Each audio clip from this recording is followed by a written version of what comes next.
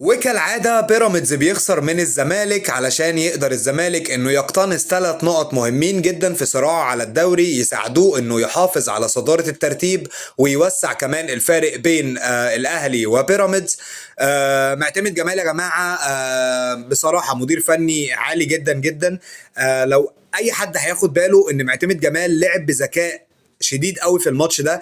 قدر انه يقسم الماتش حرفيا لاجزاء، ربع في ربع في ربع في ربع. اول ربع ساعه هو ماسك الكوره وبيحاول انه يباغت بيراميدز، تاني ربع ساعه ساب الكوره لبيراميدز ومثلهما في الشوط الثاني. قدر من خلال الربع الاخير من الماتش في اخر 10 دقائق في واحده مرتده لما كان ساب الكره لبيراميدز ولعب على التحولات السريعه زي ما قلنا امبارح.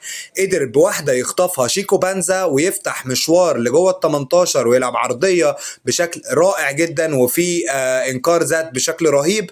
يلعبها بالعرض لاخوان الفينا بيزيرا علشان يفنش ويجيبها جول جامد جدا، حطها بشكل ممتاز بصراحه وفنشها بشكل رائع قوي علشان يكون هو الهدف اللي بيحسم بيه الماتش ويقتنصوا بيه ال3 نقط، وزي ما قلنا يحافظ على صدارة الترتيب. لسه الدوري ما خلصش، لسه فاضل ماتشين مهمين جدا وهي مواجهة الاهلي مع بيراميدز والاهلي مع الزمالك. الكورة في ملعبك يا اهلي. ربنا يستر على اللي جاي والف مبروك لجمهور نادي الزمالك. وكابتن بلال احمد علام عرفنا يعني ايه فاموس، طلعت هقول لك سيرجيو راموس.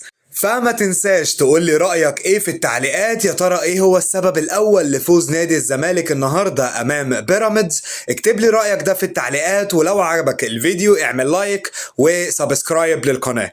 سلام.